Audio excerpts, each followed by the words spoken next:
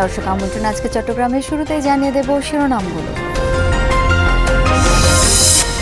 চট্টগ্রামে চাঁদার দাবিতে ইন্টারনেট সেবাদাতা প্রতিষ্ঠানে হামলার ঘটনায় আরও 9 জন গ্রেপ্তার।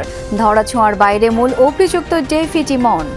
আরেকটি গ্রুপকে সেই বিল্ডিং এর নিচে এবং আশেপাশের এলাকায় খুব সাধারণ মানুষের বেশে অবস্থান গ্রহণ করে থাকে। যাদেরকে দিয়ে হামলা করিয়েছে তাদের একটি বড় সংখ্যক সদস্য পুলিশ র্যাব কর্তৃক গ্রেপ্তার হয়ে গিয়েছে। আদালতের নির্দেশে সাবেক ভূমিমন্ত্রী সাইফুজ্জামানের 2টি ফ্ল্যাট জব্দ করল দুদক। আগেই সরিয়ে ফেলা হয়েছে অনেক মালামাল, ধারণা কর্মকর্তাদের। চট্টগ্রামে বাসা বাড়ি সহ বিভিন্ন প্রতিষ্ঠানের সেপটিক ট্যাঙ্ক যেন মরণ ফাঁদ। সুরক্ষা সরঞ্জাম ছাড়াই পরিষ্কারে নেমে ঘটছে প্রাণহানি। ওখানে যে দুর্গন্ধটা থাকে ওইটাই মনে করেন নাকে মুখে যদি ঢুকে ওই লোকটা অটোমেটিক মারা যাবে। এগুলি গ্যাস পাইপ দেওয়া লাগে, আউটলাইন দেওয়া লাগে। আউটলাইন ছাড়া আপনি যেহেতু লাইন দেন এগুলো এমনি বাস্ট হবে।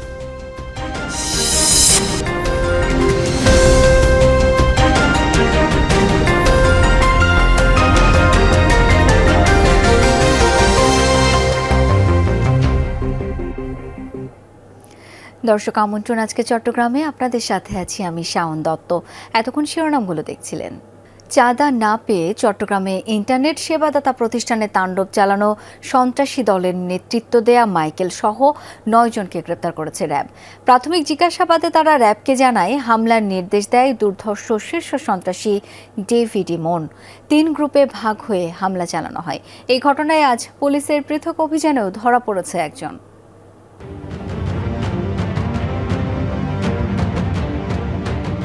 কোটি টাকা চাঁদা না পেয়ে গত 13 জুলাই দুপুরে চট্টগ্রামের বাকুলিয়া অ্যাক্সেস রোডে ডিজিটাল.নেট ডিডিএন নামে ইন্টারনেট সেবাদানকারী প্রতিষ্ঠানে হামলা ভাঙচুর চালায় সন্ত্রাসীরা। ঘটনাটি বেশ আলোচিত হলে নড়েচড়ে বসে আইনশৃঙ্খলা রক্ষাকারী বাহিনী। ঘটনার 2 দিন পর পুলিশ গ্রেপ্তার করে 8 জনকে। এবার চট্টগ্রামের বিভিন্ন এলাকায় র্যাবের অভিযানে ধরা পড়েছে 9 জন। র্যাবের দাবি দুর্ধর্ষ শীর্ষ সন্ত্রাসী মোবারক হোসেন ইমন ওরফে ডেভিড ইমনের নির্দেশে হামলায় নেতৃত্ব দেন মাইকেল ওরফে রোহেন মিয়া, সানি ও রাজু।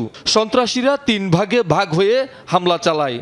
ছোট একটি দলকে বাকুলিয়া এক্সপ্রেসওয়ে এলাকায় রাস্তার মধ্যে নিয়োজিত করে রাখে, যাতে র্যাব, পুলিশ বা অন্যান্য আইন শৃঙ্খলা রক্ষাকারী বাহিনীর সদস্যরা আসছে কিনা এটা নজরদারি করার জন্য। আরেকটি গ্রুপকে সেই বিল্ডিং এর নিচে এবং আশেপাশের এলাকায় খুব সাধারণ মানুষের বেশে অবস্থান গ্রহণ করে থাকে, যাতে পরবর্তীতে রিইনফোর্সমেন্ট প্রয়োজন হলে তারা পৌঁছাতে পারে। এবং মূল দল যারা হামলা করেছে 20 জনের একটি দল। বিদেশে পলাতক আলোচিত শীর্ষ সন্ত্রাসী সাজ্জাদ আলী খানের সহযোগী ডেভিড ইমন সম্প্রতি চট্টগ্রামে একের পর এক সন্ত্রাসী কর্মকাণ্ড ঘটালেও তার অবস্থান দেশে নাকি বিদেশে সে ব্যাপারে নিশ্চিত নয় আইনশৃঙ্খলা রক্ষাকারী বাহিনী। যাদেরকে দিয়ে হামলা করিয়েছে তাদের একটি বড় সংখ্যক সদস্য পুলিশ র্যাব কর্তৃক গ্রেপ্তার হয়ে গিয়েছে। এখন সে নিজে বাঁচার জন্য হয়তো বলছে যে আমি এটা করিনি। এর আগে পর্যন্ত তো গর্ব করে বলছিল যে আমরা সে হুমকি দিয়েছে, তার কথা না শুনলে বিজনেস হবে না, বেঁচে থাকবে না, এই ধরনের অনেক হুমকি আগে আমরা শুনেছি। এদিকে আজ রাউজান থেকে আরও একজনকে গ্রেপ্তার করেছে পুলিশ। ডিডিএনে সন্ত্রাসী হামলায় প্রায় 30 থেকে 40 জনকে দেখা গেলেও এই ঘটনায় এখন পর্যন্ত মোট গ্রেপ্তার 22 জন। যারাই জড়িত থাকবে, সে ডেভিড ইমন হোক আর অন্য কেউ হোক, যারাই জড়িত থাকবে এই ঘটনার সাথে, আমরা যাদের তথ্যই পাবো আমরা সেটা বিশ্লেষণ করব। বিশ্লেষণপূর্বক অবশ্যই আমরা তাদেরকে গ্রেপ্তার করব, সে যেই হোক। শহীদুল সুমন, যমুনা নিউজ, চট্টগ্রাম। পলাতক সাবেক ভূমিমন্ত্রী সাইফুজ্জামান চৌধুরী জাবেদের গুলশানের প্রায় 7,500 বর্গফুটের 2টি ফ্ল্যাট বুঝে নিয়েছে দুদক। সকালে নির্বাহী ম্যাজিস্ট্রেট ও স্থানীয় পুলিশের সহায়তায় ফ্ল্যাট দুটির তালা ভেঙে ভেতরের মালামাল জব্দ করে সংস্থাটি। কর্মকর্তারা জানান, ফ্ল্যাটে মার্সিডিজ বেঞ্চ সহ 5টি বিলাসবহুল গাড়ির চাবি সহ দুর্নীতির নানা আলামত মিলেছে।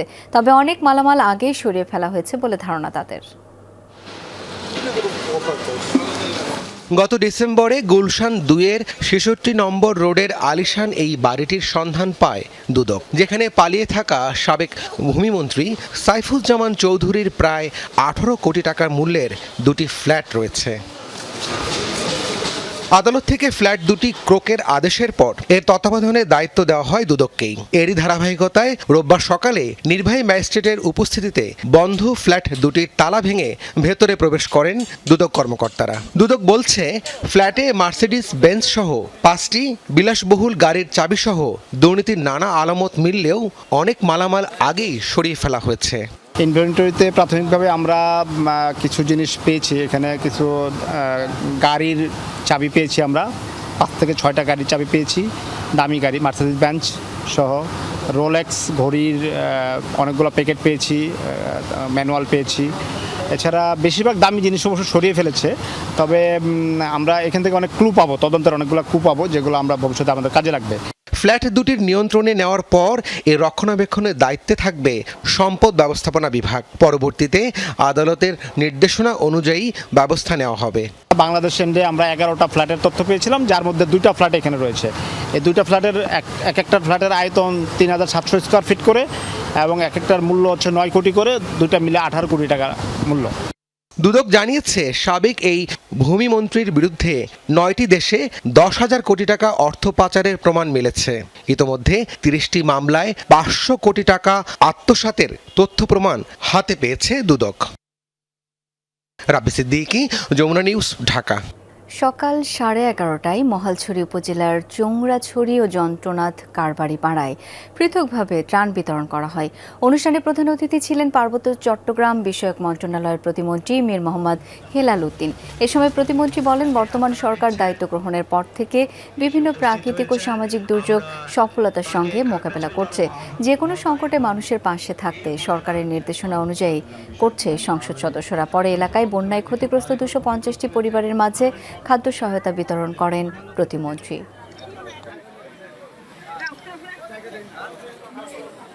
আমাদের মাননীয় প্রধানমন্ত্রী নির্বাচনের আগে যে প্রতিজ্ঞা দিয়েছিলেন, উনি সবসময় বাংলাদেশের সুবিধা বঞ্চিত মানুষদের পাশে আছেন, বাংলাদেশের প্রান্তিক জনগণের পাশে আছেন। বিশেষ করে এই 3 পার্বত্য জেলায় ওনার বিশেষ নজর আছে, যে কারণে এই দুর্যোগ হওয়ার প্রথম দিনই মন্ত্রণালয় থেকে 1300 মেট্রিক টন চাল দিয়েছেন এবং এই প্রত্যেকটি জেলায় উনি নিজ তহবিল থেকে 20 লক্ষ টাকা করে জেলা প্রশাসকদের কাছে পাঠিয়েছেন। চট্টগ্রামের সাম্প্রতিক বন্যায় ক্ষতিগ্রস্তদের খাদ্য সহায়তার পাশাপাশি স্বাস্থ্য সুরক্ষার জন্য বিতরণ করা হচ্ছে ওষুধ সামগ্রী। চট্টগ্রাম, কক্সবাজার ও রাঙ্গামাটিতে দুর্গত এলাকার 3100 পরিবারের মধ্যে এসব সামগ্রী বিতরণ করে বেসরকারি উন্নয়ন সংস্থা বাংলাদেশ এক্সটেনশন এডুকেশন সার্ভিসেস বীজ। চাল ডাল ছাড়াও সাবান, খাবার, স্যালাইন, ওষুধ ও পানি বিশুদ্ধকরণ ট্যাবলেট দেওয়া হয় তাদেরকে। এই ধরনের মানবিক সহায়তা কার্যক্রম আগামীতে অব্যাহত রাখার কথা জানান উন্নয়ন সংস্থাটির কর্মকর্তারা। সাম্প্রতিক বন্যায় বান্দরবানের নিম্নাঞ্চলে ফসলের ব্যাপক ক্ষয়ক্ষতি হয়েছে। আশ্রয় কেন্দ্র থেকে ঘরে ফিরে পরিস্থিতি সামাল দিতে হিমশিম খাচ্ছেন বাসিন্দারা। দর্শক, এ বিষয়ে আরও জানবো, এখন যুক্ত হচ্ছেন সহকর্মী বাটিং মার্মা। বাটিং, এই মুহূর্তে এলাকাগুলোর কি অবস্থা দেখতে পাচ্ছেন? যথাযথ ত্রাণ সহায়তা পৌঁছাচ্ছে কি?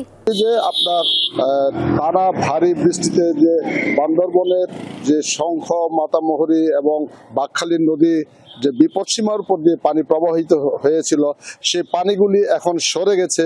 সরে যাওয়ার পর কিন্তু রেখে গেছে যে তার ক্ষত চিহ্নগুলি। এখন আপনি এই মুহূর্তে যদি আমি বলি যে প্রায় 12,000-এর মতো, সরকারি হিসাবে 12,000-এর মতো ঘরবাড়ি এই শঙ্খর গর্ভে বিলীন হয়ে গেছে। অনেকের ঘরবাড়ি ডুবে নষ্ট হয়ে গেছে। এবং এই সরকারি প্রতিষ্ঠানের কথা যদি বলি, এই যে রোডস অ্যান্ড হাইওয়ে, আপনার উন্নয়ন বোর্ড এবং এলজিডির তাদের সরকারি হিসাব মতে তাদের যে সড়কগুলি ক্ষতি হয়েছে সেটি হচ্ছে শুধু 133 কোটি টাকার তাদের সম্পদ ক্ষয়ক্ষতি হয়েছে, ব্রিজ, কালভার্ট, রাস্তাঘাট। আর যদি বলি যে মৎস্য, আবার কৃষি খাত, এগুলিকে হিসাব করতে যদি যায় তাহলে বান্দরবনের ক্ষয়ক্ষতির পরিমাণ কিন্তু প্রায় 250 কোটির উপরেই চলে যাবে। তো এই মুহূর্তে আপনার সরকারি তরফ থেকে যে ত্রাণ সামগ্রী বিতরণ করা হচ্ছে, প্রত্যেক ইয়ে থেকে এনজিও কর্মী বলেন, সরকারি বেসরকারি বিভিন্ন দাতা সংস্থারা কিন্তু বন্যা দুর্গতদের সহযোগিতা করে যাচ্ছে। কিন্তু অনেকেই কিন্তু তাদের ঘর বাড়িতে এখনো ঢুকতে পারে নাই। যদিও বা বলে যে সরকারি তরফ থেকে তাদেরকে পুনর্বাসন করা হবে, তবে কবে নাগাদ যে পুনর্বাসিত হবে তারা এটি কিন্তু তারা এখনো অজানা। এবং অনেকে যাদের যে ক্ষেত খামার, মৎস্য খামার, আপনার শাকসবজির খামার এবং অনেকে বাগান, যে যে বিলীন হয়ে গেছে, যে ক্ষতি, অপূরণীয় ক্ষতি।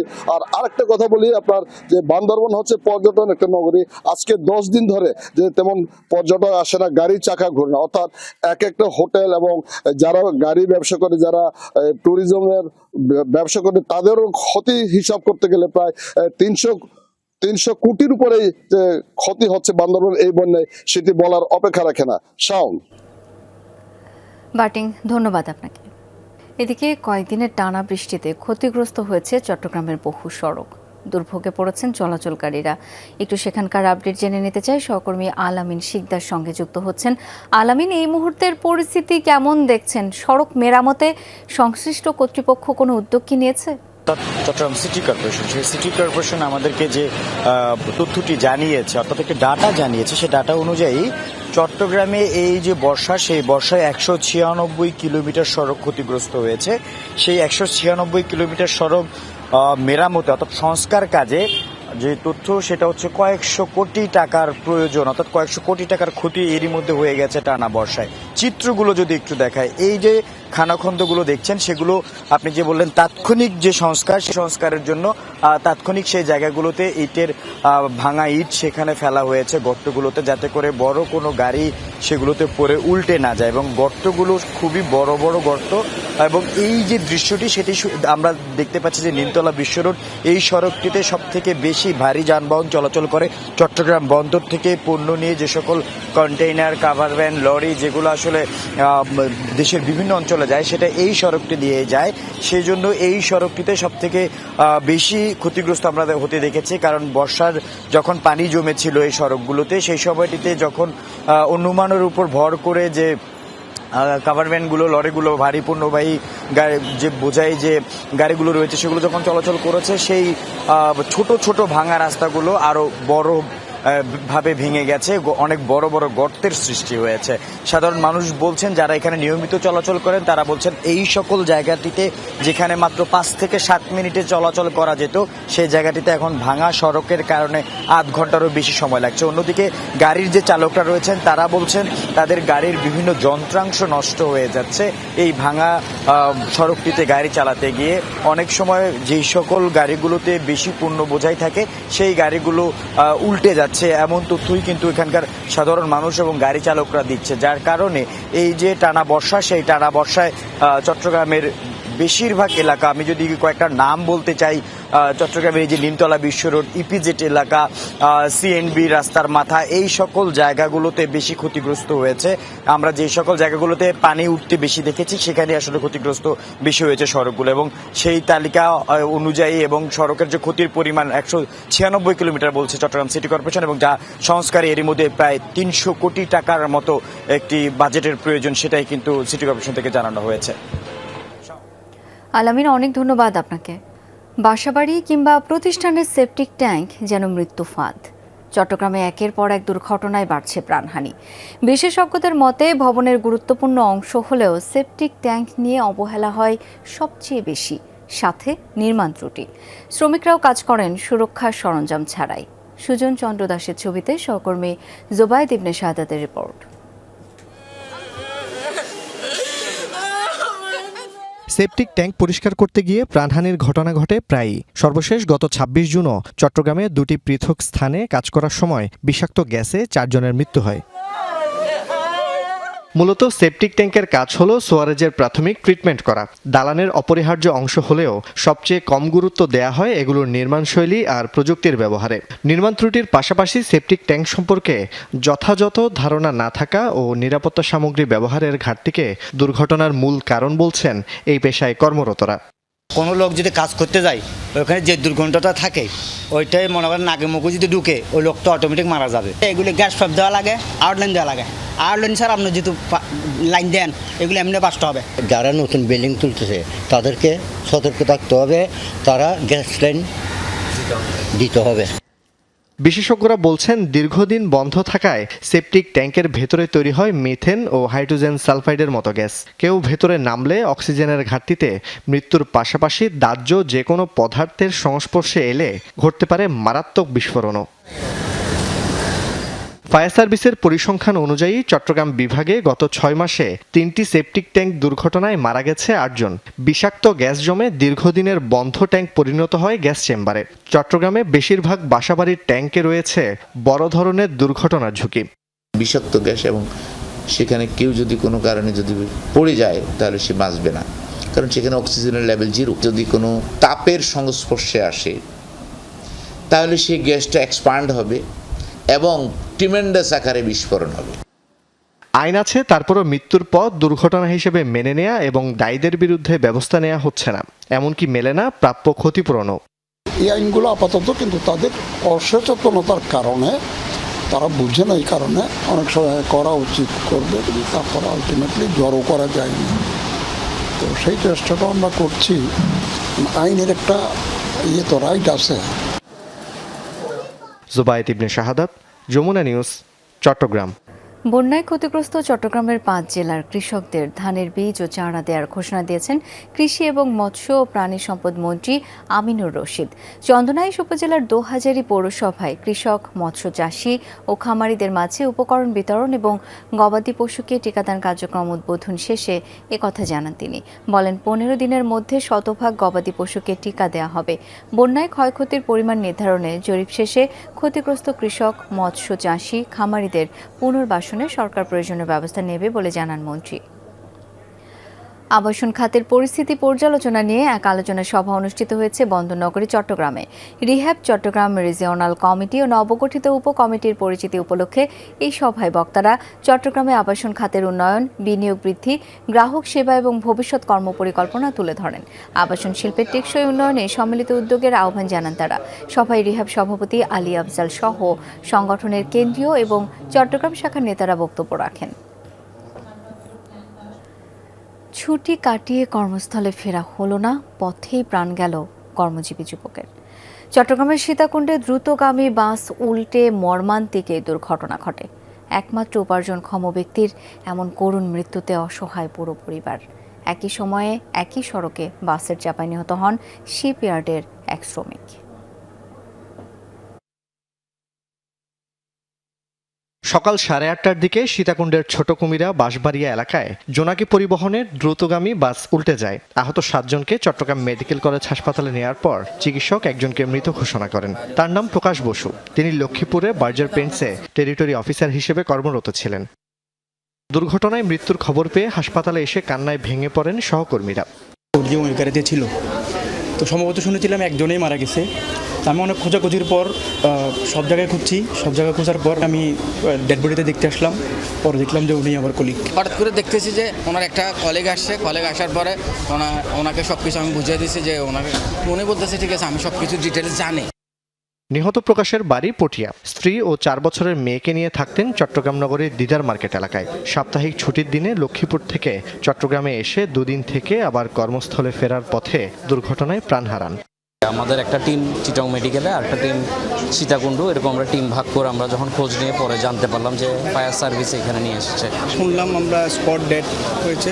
খুবই কষ্টকর যে আসলে ও চিকিৎসাটা পায় নাই। কলিগ হিসেবে খুব দারুণ একজন মানুষ ছিলেন, মোর দেন দ্যাট।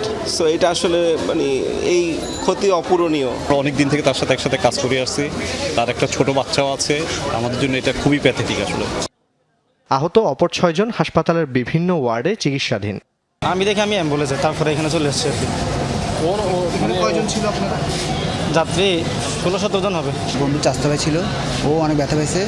এরপরে ও 2 বোন ছিল, 2 বোন ইয়েতে আছে, ক্যাজুয়ালে আছে। হাতের এই অংশটা কেটে যায়, পুরোটা কেটে যায়, এখানে মাংসের ছিদ্র হয়ে যায়। মেয়েকে হুদা গেলে কান্দে, আর এই অবস্থা সারা শরীর ভিজে আছে, গাড়ির সব কিছু শরীর। একই সময়ে কুমিরা বাইপাস রয়্যাল গেট এলাকায় দ্রুতগতির বাসের ধাক্কায় প্রাণ হারান ইমন নামে এক শিপইয়ার্ড শ্রমিক। তার বাড়ি পিরোজপুরের মাঠবাড়িয়ায়। জুবায়েদ ইবনে শাহাদাত, যমুনা নিউজ, চট্টগ্রাম। এই ছিল আজকে চট্টগ্রামের আয়োজনে। ধন্যবাদ এতক্ষণ সাথে থাকার জন্য।